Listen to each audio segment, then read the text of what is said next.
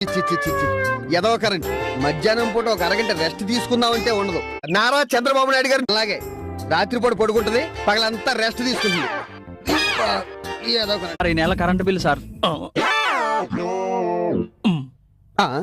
ఇదేంట్రా current bill వచ్చేసరికి వర్షం కూడా ఆగిపోయింది, దానికి కూడా షాక్ కొట్టుంటుంది. మీరు సప్లై చేసే కరెంటుకి వచ్చే బిల్లుకి ఈ కాగితం ఖర్చు కూడా రాదేమో. 56,789 రూపాయలు 34 పైసలు.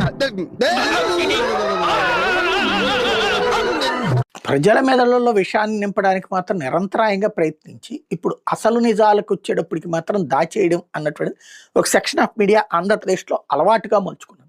నేను అనేక సార్లు చెప్పే సెకీ అనేటువంటి సంస్థ కేంద్ర ప్రభుత్వం తరఫున ఏర్పాటైనటువంటి సంస్థ. వాళ్ళు అదానీతో కుదుర్చుకున్నటువంటి ఒప్పందం ప్రకారం అదానీ తయారు చేసే కరెంటుకి మార్కెట్ చేసి పెట్టే పని ప్రభుత్వానికి సంబంధించిన సెకీ తీసుకుంది.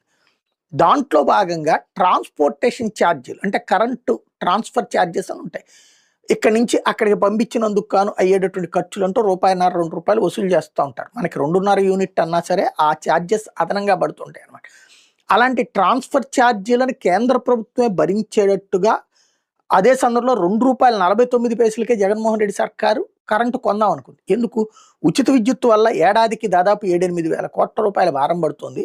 ఆ డబ్బులు ఆ పథకాన్ని వదులుకోవడానికి వీలేదు. వాళ్ళ నాన్న హయాం నుంచి ప్రారంభమై ఆ తర్వాత వచ్చిన ఏ ముఖ్యమంత్రి అని కొనసాగిస్తూ వచ్చారు కాబట్టి, ఇంకోటి అది తీసేస్తే ప్రజలు అసంతృప్తి వస్తుంది కాబట్టి దాన్ని కొనసాగించాలి.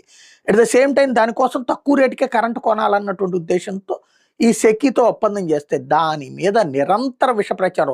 1 పైసా గుజరాత్లో తక్కువ ఉంది, 2 పైసలు మధ్యప్రదేశ్లో తక్కువ ఉంది అంటూ అక్కడ దగ్గరలోనే ఉత్పత్తి ఉంటే వాళ్ళు చేసుకుంటారు. ఇక్కడ కొంచెం దూరంగా ఉంటే 2 పైసలు ఎక్కువ అవుతుంది. దాన్ని రచ్చరచ్చ చేసి విషం చిమ్మి అదేదో దోచుకున్నట్టు అని చెప్పి ఫ్రంట్ పేజీ బ్యానర్ స్టోరీలు రాసిన ఈనాడు జ్యోతి ఇవాళ ₹3 అదే తరహా విద్యుత్తుని రాష్ట్ర ప్రభుత్వం కొంటుంటే నోరు మెదపట్లేదు.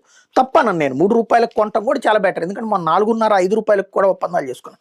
దాంతో పోల్చుకుంటే ఇప్పుడు ₹3.09 సెకీ విద్యుత్ యూనిట్ ఇంతకుముందు ₹2.49 అయితే ఇప్పుడు ₹3.09 కొంటున్నారు. ఏపీఆర్సీ ఈ మేరకు కుదిరినటువంటి ఒప్పందానికి సంబంధించి ఓకే చెప్పింది.